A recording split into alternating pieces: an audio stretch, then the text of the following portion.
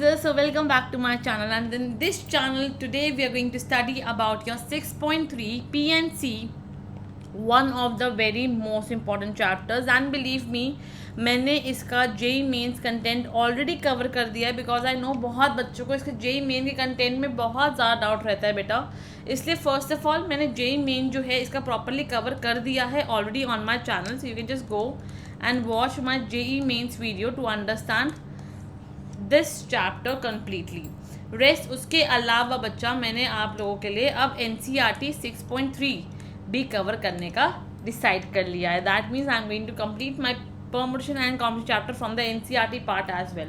बेटा देखो, अब मैं कुछ नहीं कर रही हूँ, अब जो मैंने पहले NCERT करवाऊंगी, फिर JEE mains and then JEE advance. Now I am going on in the series में क्लास 11 एंड 12 फुल्ली कवर करने वाली हूँ। Cool, let's come on, let's study and let's understand the most important chapter, that is permutation and combination. Today in this class we're going to start with permutation.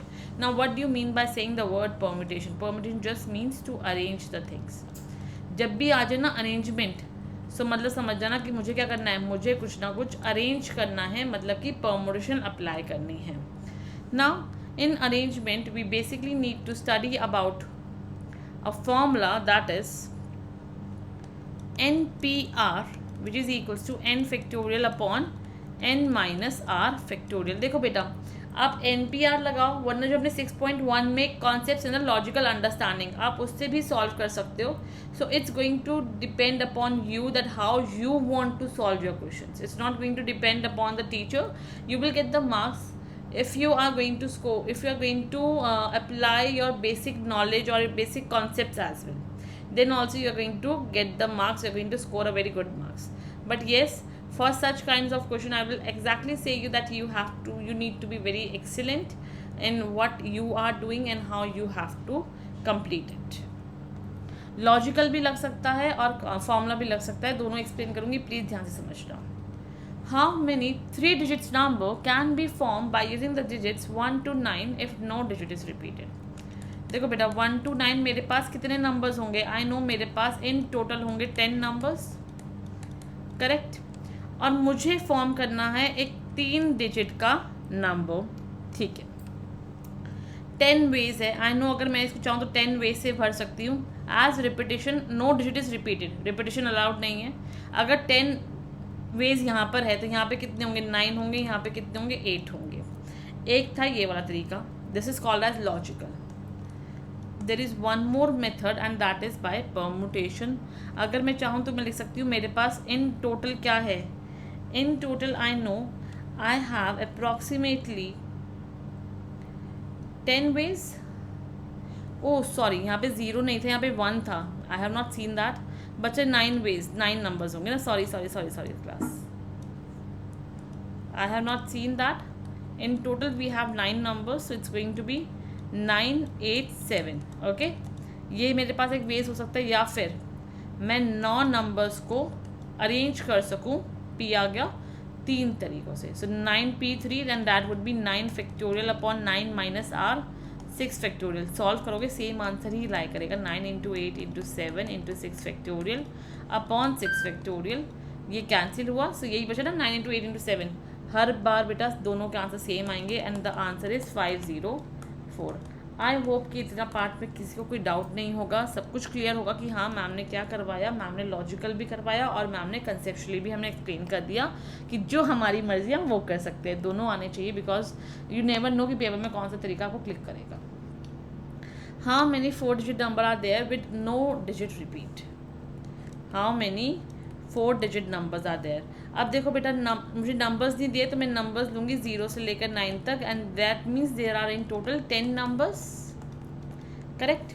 मुझे बनाने हैं 4 digit number जहाँ पे repetition possible नहीं है, तो वही simple अपना वही पुराने वाला तरीका हम लोग दोबारा अपना सकते हैं। Since I know that we can use 4 digits number. देखो बेटा, यहाँ पे मेरे पास 0 नहीं आ सकता। सबसे पहली चीज़ जो मुझे क्लियर करनी थी कि यहाँ पे मेरे पास 0 नहीं आ सकता। सो दैट मीन्स यहाँ पे मेरे पास जो अरेंजमेंट हो सकती है वो 9 तरीक़ों से हो सकती है, ठीक है ना। 10 माइनस 1 कर दिया, बेसिकली मैंने 0 को रिमूव किया तो 9 वेज थे। अब इन तीनों के लिए देखो, अगर एक नंबर यहाँ पे फिक्स करूँगी तो यहाँ पे मेरे पास 10 - 1 9 वेज बचेंगे। तो यहाँ मेरे पास 9 वेज थे जिसको मैंने 9, 8 और 7 तरीक़ों से अरेंज कर दिया।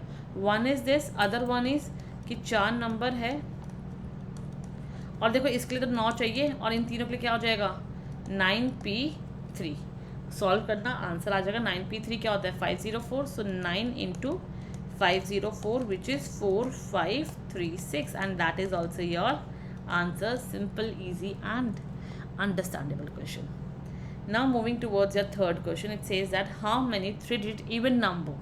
Now we have to form a 3-digit number which has to be even as well, can be made using the digits 1, 2, 3, 4, 6 and 7 if no digit is repeated. Even numbers form करने हैं। देखो बेटा even का मतलब 2 का multiple होना चाहिए, तो 2, 4 और 6 पॉसिबल है। दैट मीन्स 3 केस बन सकते हैं स्पेशली, करेक्ट। मैं यहाँ से 3 केस बना सकती हूँ, मुझे पता है 3 केस है। अगर मैं यहाँ पे पहले 2 फिक्स कर देती हूँ, सो आई नो 1, 2, 3, 4, 5, 6, 6 में से एक नंबर फिक्स हुआ तो यहाँ पे 5 बचेगा, तो 5 × 4। दैट मीन्स इसको अरेंज करने के मेरे पास कितने वेज थे 20 वेज थे। आई नो ऐसे 3 नंबर है 1, 2, 3। सो मैं कुछ नहीं करूँगी, टोटल नंबर ऑफ वेज निकालने हैं मुझे। So total number of ways and that is going to be equals to your 20 × 3 because इसके साथ और इसका सेम चीज़ रिपीट होगी जो 2 के साथ हुआ। तो that means my answer is 60. 1 was this method, this is called as logical method. Let's proceed with the formula 1. देखो बेटा मुझे पता है इन यहाँ पे 3 नंबर है, इन तीनों को अरेंज करना है। सो it would B 3p1 and your answer is 3 from here, ठीक है ना। अब 2 ब्लैंक्स बचे, हर केस में मेरे पास क्या होगा, हर केस में मेरे पास 5 नंबर होंगे और मुझे 2 ब्लैंक्स फिल करने हैं। तो उसके लिए क्या हो जाएगा 5p2, so that would B 5 factorial upon 3 factorial. तो क्या बचेगा 5 × 4 20। इन दोनों को मल्टीप्लाई किया, आंसर। ये फॉर्मूला था, ये कॉन्सेप्ट था, अप्लाई वो ही कर रही हूँ मैं नीचे भी। अब मर्जी आपके, देखो कॉन्सेप्ट समझ लोगे ना तो कभी नहीं हारोगे। बाय फॉर्मूला कभी कभी गलत हो जाते हैं questions. So I always go with concepts और मुझे अच्छा भी ये लगता है कि हम लोग कॉन्सेप्ट ज़्यादा अच्छे से मूव करें। Now moving towards head, find the number of 4-digit number that can be formed using the digits 1, 2, 3, 4, 5 if no digit is repeated. How many of these will be even? देखो बेटा यहाँ पे 2 और 4 आ सकता है। सबसे पहली चीज़ तो नंबर रिपीट नहीं करना चाहिए। We have to form a 4-digit number in 5 number में से। इफ़ नो डिजिट, हाँ ओके, इवन नंबर फॉर्म करते हैं। वही है बेटा 2 केस है। मैं इसको और वाला नहीं करूँगी, आप वो खुद कर सकते हो। फॉर्मूले वाला लॉजिक मैं आपको समझा के दूंगी। यहाँ पर 2 बन सकते हैं केस। सो टोटल निकालने में ऑब्वियसली 2 से मल्टीप्लाई करना ही करना है। अगर एक नंबर यहाँ पे फिक्स हो गया तो उन 5 में से मेरे पास कितना बचेंगे 4 बचेंगे। तो 4 × 3 × 2 बिकॉज डिजिट रिपीट नहीं भी होनी चाहिए। So 4 × 3 12, 12 × 2 24। So 2 × 24 and that is 48 ways are going to be in total and that was your answer. Simple question था, अंडरस्टैंडेबल क्वेश्चन था। From a committee of 8 person, okay 8 बंदों की हमें कमिटी है। In how many ways we can we choose a chairman and a vice chairman assuming that 1 person can not hold more than 1 position. Total 8 बंदे हैं बेटा 2 positions है मेरे पास, chairman और वाइस चेयरमैन। मैं रिपीटिशन भी क्रिएट नहीं कर सकती। वही फॉर्मूला है, कुछ नहीं। देखो यहाँ पे 8 में से कोई एक बंदा बैठ जाएगा। तो 8 वेज है इसको अरेंज करने की, इसको 7 वेज है अरेंज करने की। So 8 × 7 is 56। या फिर 8 लोग हैं, 2 पोजीशंस है। So 8p2 that is 8 factorial upon 8 - 2 6 factorial. Solve करना तो कितना आएगा 8 × 7 × 6 factorial upon 6 factorial. So you are just left with 8 × 7। Concept same है, सब कुछ सेम है, बस लॉजिक या फिर कैलकुलेशन या फिर formula that you have to see. Now this is called as a calculation question. Simple solve करना है, कुछ भी डिफिकल्ट नहीं है। n - 1 p3 such that np4 is equals to 1 × 7. We know npr का फॉर्मूला क्या होता है, that is n factorial upon n - r factorial. Apply करते हैं n - 1 factorial upon n - 1 - 3 factorial whole upon n factorial upon n - 4 factorial which is equals to 1/9। n देखो n minus 1 factorial upon, इसको क्या बनाऊंगी मैं, it would be my n minus 4 factorial, correct, whole upon, and this is going to just form my n into n minus 1 factorial upon n minus 4 factorial, cancel which is equals to 1/9, simplify, ये और ये भी cancel हो जाएगा। Amazing ना, simple सा question था यहाँ पे बिल्कुल ही। 1/n is equals to 1/9, so n की वैल्यू निकालनी थी and that is your 9 and this is going to be your answer. इसमें कुछ भी नहीं था, calculation, you just need to know the formula for your NPR। Now we have 2 questions. This question I'm going to give you people as a homework. I'm going to leave on you that solve it, and you can just check the answer with me by sending the answer on the chat box. Comment box. Find R if 5PR. अब देखो, I know I can just write my 5PR as 5 factorial upon 5 minus R factorial, and 6PR minus 1 as 6 factorial upon 6 minus R plus 1 factorial, because ये bracket में रहेगा। उठा के इसको कुछ नहीं है, इक्वल रख दो। So 5 factorial upon 5 minus R factorial which is equal to 2 into 6 into 5 factorial, ले सकती हूँ। 6 प्लस 1 कितना होता है बेटा, 7 माइनस R factorial। 5 और 5 फैक्टोरियल मेरा डायरेक्टली कैंसिल भी हो गया, यहाँ से थोड़ा सिंप्लीफाई होना मेरा आंसर शुरू हो चुका है। सो 1 अपॉन, अब देखो यहाँ पे क्या, यहाँ पे तो 5 माइनस आर ही रहेगा, 12 अपॉन, इसको क्या लिख सकती हूँ, 7 माइनस आर, माइनस 1 करते हैं पहले तो 6 माइनस आर आएगा, so it would be basically 7 minus R, 6 minus R, 5 minus R factorial, cancel and cancel, cross multiply करना शुरू कर दो। 7 minus R into 6 minus R minus 12 is equals to 0।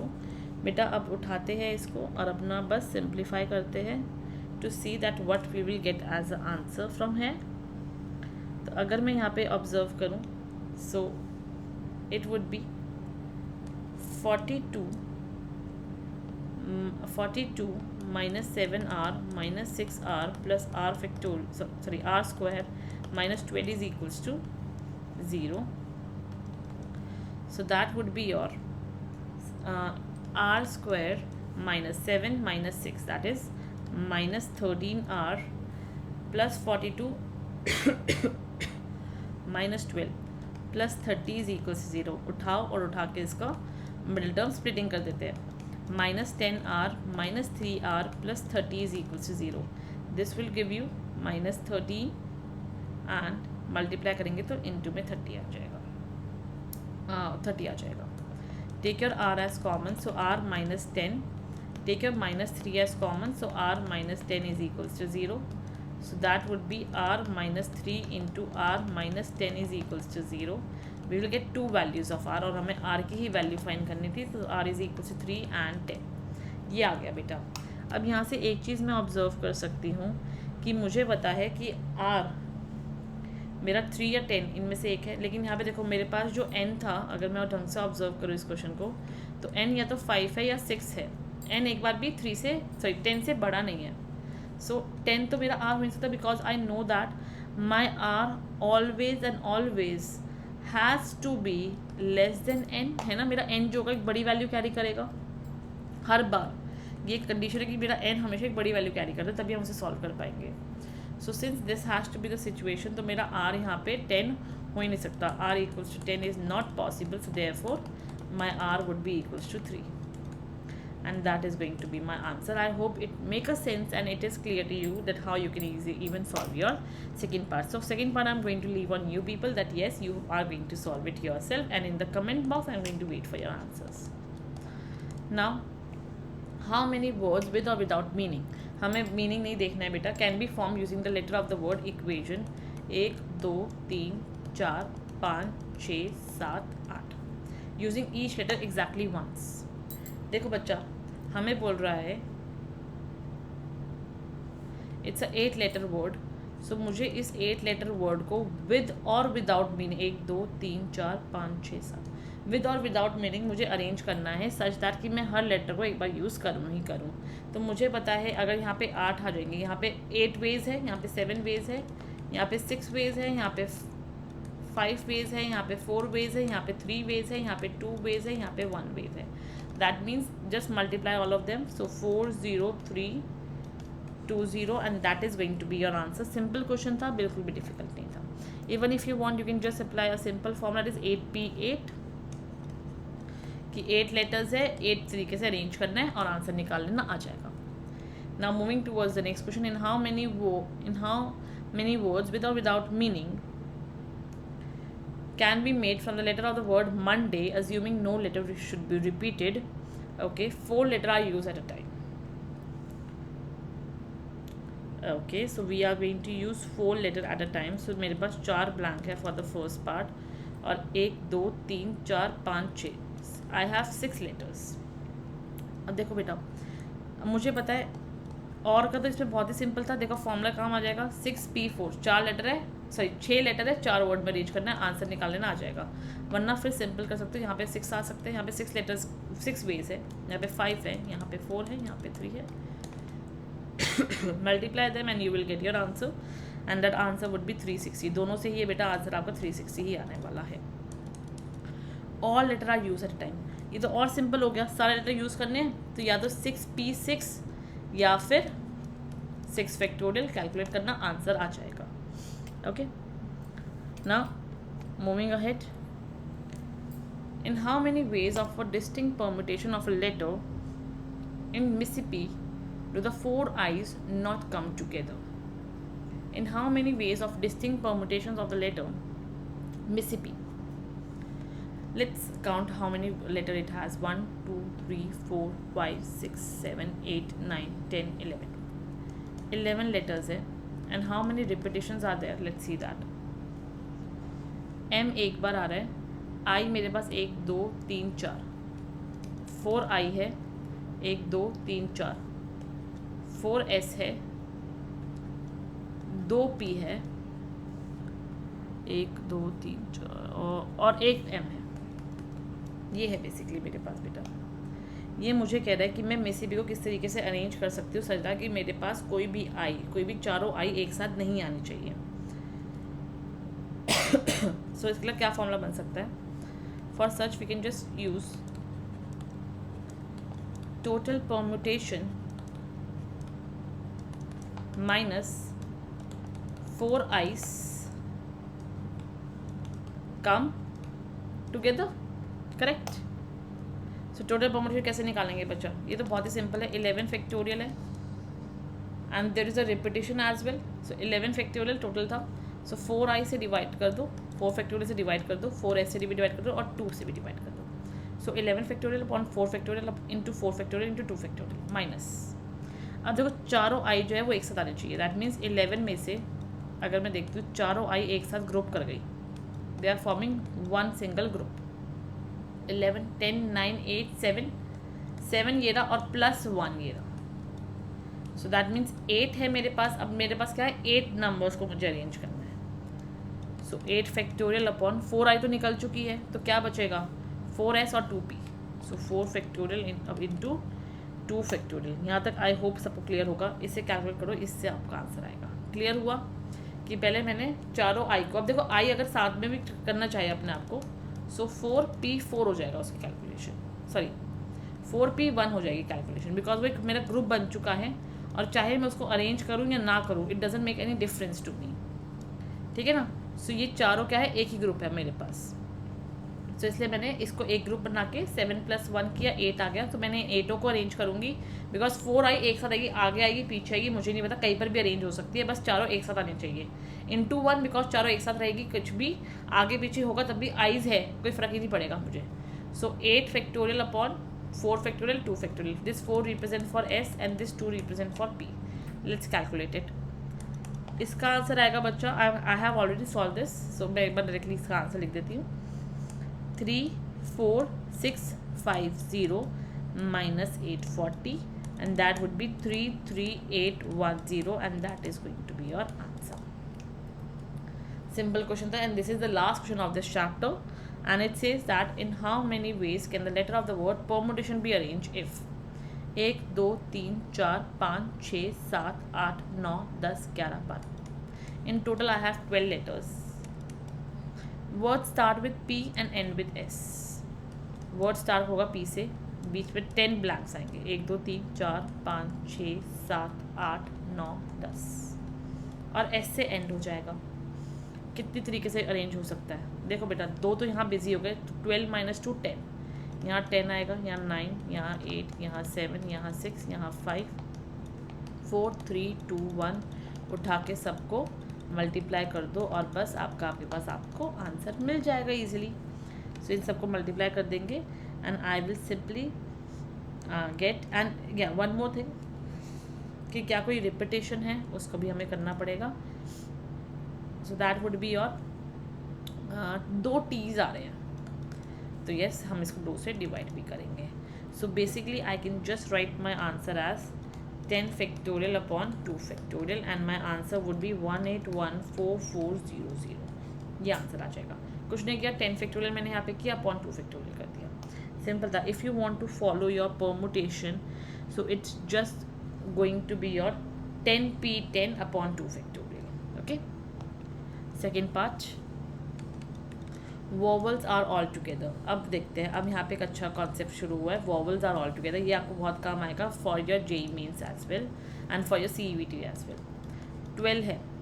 Vowels कितने हैं मेरे पास देखो. वॉवल्स होते हैं A E I O U. अब देखते हैं बच्चा. सबसे पहले A निकालते हैं. एक U भी निकाल दो, I निकाल दो, O निकाल दो, E भी निकाल दो. तो 1 2 3 4 5 निकाल दिए. 12 है. 12 में से 5 में 7 बचते हैं. इसको मैंने फॉर्म किया एक ग्रुप. उठा के इसमें प्लस किया. 7 + 1 8. अब मुझे क्या करना है. अब मुझे इन 8 को पहले अरेंज करना है. देन सेकंड पार्ट पहले मैं 8 फैक्टोरियल को अरेंज करूँगी. अब मुझे क्या पता है 8 फैक्टोरियल को अरेंज करना है प्लस 2 T भी है. सो 8 फैक्टोरियल अपॉन 2 फैक्टोरियल. अब देखो बेटा अब वॉवल्स है. इन वॉवल्स को भी अरेंज करना है. अब इन वॉवल्स को हम एज इट इज़ नहीं छोड़ सकते. मुझे इन वॉवल्स को भी अरेंज करना ही पड़ेगा. So now to arrange the vowels it would be very simple. I can just write as 5p5. ये होता है कैलकुलेशन. ठीक है ना.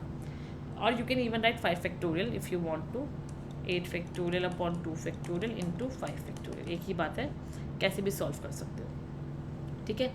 तो 8 फैक्टोरियल अपॉन 2 फैक्टोरियल किया just to arrange your all non-vowels number and फिर all vowels are together. तो मैंने उन vowels को भी अरेंज किया बिकॉज vowels आगे पीछे में होंगे तो ऑब्वियसली इनकी जो क्रोनोलॉजी है वो चेंज हो जाएगी.